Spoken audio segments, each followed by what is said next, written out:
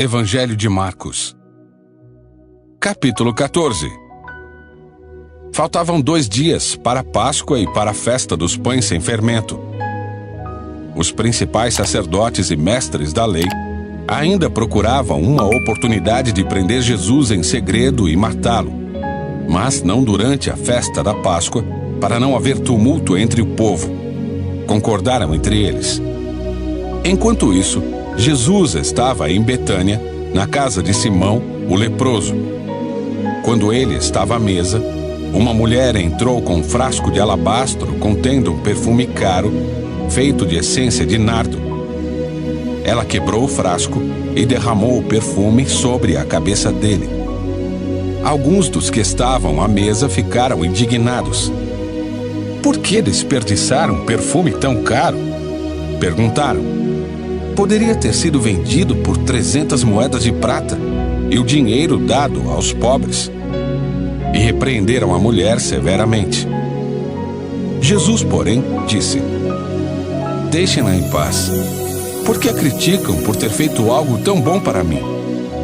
Vocês sempre terão os pobres em seu meio e poderão ajudá-los sempre que desejarem, mas nem sempre terão a mim. Ela fez o que podia e ungiu meu corpo de antemão para o sepultamento. Eu lhes digo a verdade: onde quer que as boas novas sejam anunciadas pelo mundo, o que esta mulher fez será contado, e dela se lembrarão. Então, Judas Iscariotes, um dos 12, foi aos principais sacerdotes para combinar de lhes entregar Jesus. Quando souberam por que ele tinha vindo, ficaram muito satisfeitos e lhe prometeram dinheiro. Então ele começou a procurar uma oportunidade para trair Jesus.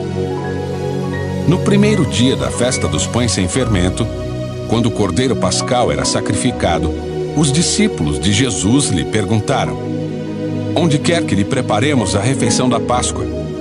Então, Jesus enviou 2 deles a Jerusalém com as seguintes instruções.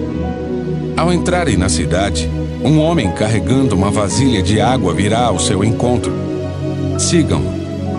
Digam ao dono da casa em que ele entrar: O mestre pergunta: Onde fica o aposento no qual comerei a refeição da Páscoa com meus discípulos? Ele os levará a uma sala grande no andar superior, que já estará arrumada. Preparem ali a refeição. Então os 2 discípulos foram à cidade e encontraram tudo como Jesus tinha dito. E ali prepararam a refeição da Páscoa. Ao anoitecer, Jesus chegou com os 12.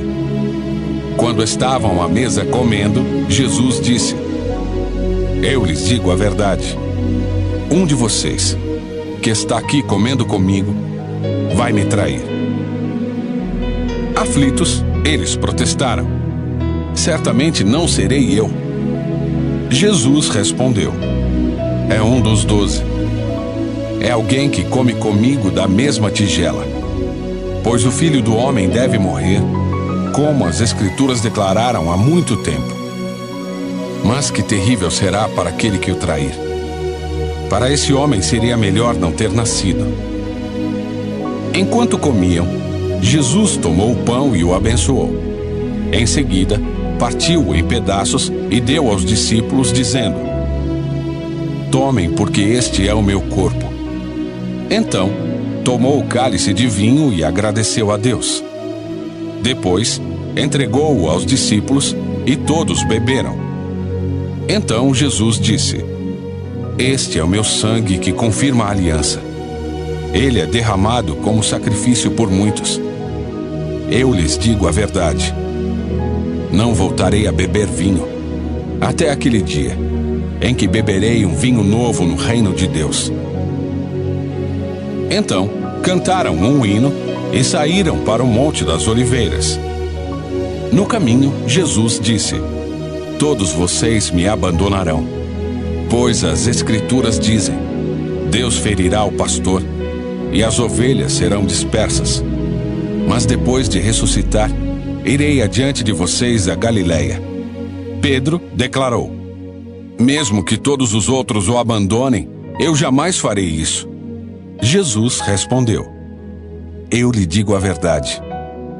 Esta mesma noite, antes que o galo cante 2 vezes, você me negará 3 vezes. Pedro, no entanto, insistiu enfaticamente: mesmo que eu tenha de morrer ao seu lado, jamais o negarei. E todos os outros discípulos disseram o mesmo. Então, foram a um lugar chamado Getsêmani, e Jesus disse a seus discípulos: sentem-se aqui enquanto vou orar. Levou consigo Pedro, Tiago e João, e começou a sentir grande pavor e angústia. Minha alma está profundamente triste a ponto de morrer, disse ele. Fiquem aqui e vigiem. Ele avançou um pouco e curvou-se até o chão. Então orou para que, se possível, a hora que o esperava fosse afastada dele. E clamou: Abba, Pai, tudo é possível para ti. Peço que afastes de mim este cálice. Contudo, que seja feita a tua vontade, e não a minha. Depois, voltou aos discípulos e os encontrou dormindo. Simão, você está dormindo? Disse ele a Pedro. Não pode vigiar comigo nem por 1 hora? Vigiem e orem para que não cedam à tentação, pois o espírito está disposto, mas a carne é fraca. Então os deixou novamente e fez a mesma oração de antes. Quando voltou pela 2ª vez, mais uma vez, encontrou os discípulos dormindo, pois não conseguiam manter os olhos abertos. Eles não sabiam o que dizer. Ao voltar pela 3ª vez, disse: vocês ainda dormem e descansam? Basta. Chegou a hora. O Filho do Homem está para ser entregue nas mãos de pecadores. Levantem-se e vamos. Meu traidor chegou. No mesmo instante, enquanto Jesus ainda falava, Judas, um dos 12, chegou com uma multidão armada de espadas e pedaços de pau. Tinham sido enviados pelos principais sacerdotes, mestres da lei e líderes do povo. O traidor havia combinado com eles um sinal. Vocês saberão a quem devem prender quando eu cumprimentar com um beijo. Então poderão levá-lo em segurança. Assim que chegaram, Judas se aproximou de Jesus. Rabi, exclamou ele, e o beijou. Os outros agarraram Jesus e o prenderam. Mas um dos que estavam com Jesus puxou a espada e feriu o servo do sumo sacerdote, cortando-lhe a orelha. Jesus perguntou: por acaso sou um revolucionário perigoso para que venham me prender com espadas e pedaços de pau? Por que não me prenderam no templo? Todos os dias estive ali no meio de vocês ensinando. Mas estas coisas estão acontecendo para que se cumpra o que dizem as Escrituras. Então todos o abandonaram e fugiram. Um jovem que o seguia vestia apenas um lençol de linho. Quando a multidão tentou agarrá-lo, ele deixou para trás o lençol e escapou nu. Levaram Jesus para a casa do sumo sacerdote, onde estavam reunidos os principais sacerdotes, os líderes do povo e os mestres da lei. Pedro seguia Jesus de longe e entrou no pátio do sumo sacerdote. Ali, sentou-se com os guardas para se aquecer junto ao fogo. Lá dentro, os principais sacerdotes e todo o conselho dos líderes do povo tentavam, sem sucesso, encontrar provas contra Jesus para que pudessem condená-lo à morte. Muitas testemunhas falsas deram depoimentos, mas elas se contradiziam. Por fim, alguns homens se levantaram e apresentaram o seguinte testemunho falso: nós o ouvimos dizer: destruirei este templo feito por mãos humanas, e em 3 dias construirei outro, não feito por mãos humanas. Mas nem assim, seus depoimentos eram coerentes. Então o sumo sacerdote se levantou diante dos demais e perguntou a Jesus: você não vai responder a essas acusações? O que tem a dizer em sua defesa? Jesus, no entanto, permaneceu calado e não deu resposta alguma. Então o sumo sacerdote perguntou: Você é o Cristo, o Filho do Deus bendito? Eu sou, disse Jesus. E vocês verão o Filho do Homem sentado à direita do Deus Poderoso e vindo sobre as nuvens do céu. Então, o sumo sacerdote rasgou as vestes e disse: Que necessidade temos de outras testemunhas? Todos ouviram a blasfêmia. Qual é o veredito? E todos o julgaram culpado e o condenaram à morte. Então, alguns deles começaram a cuspir em Jesus. Vendaram seus olhos e lhe deram socos. Profetize para nós! Zombavam. E os guardas lhe davam tapas enquanto o levavam. Enquanto isso, Pedro estava lá embaixo no pátio.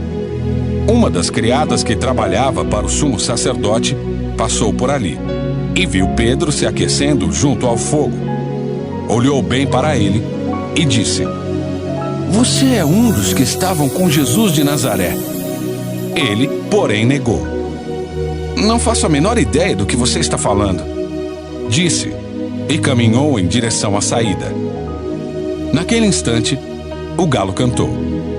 Quando a criada o viu ali, começou a dizer aos outros: Este homem com certeza é um deles. Mas Pedro negou novamente. Um pouco mais tarde, alguns dos que estavam por lá confrontaram Pedro, dizendo: Você deve ser um deles, pois é galileu. Ele, porém, começou a praguejar e jurou: Não conheço esse homem de quem vocês estão falando. E no mesmo instante, o galo cantou pela segunda vez. Então Pedro se lembrou das palavras de Jesus: Antes que o galo cante 2 vezes, você me negará 3 vezes. E começou a chorar.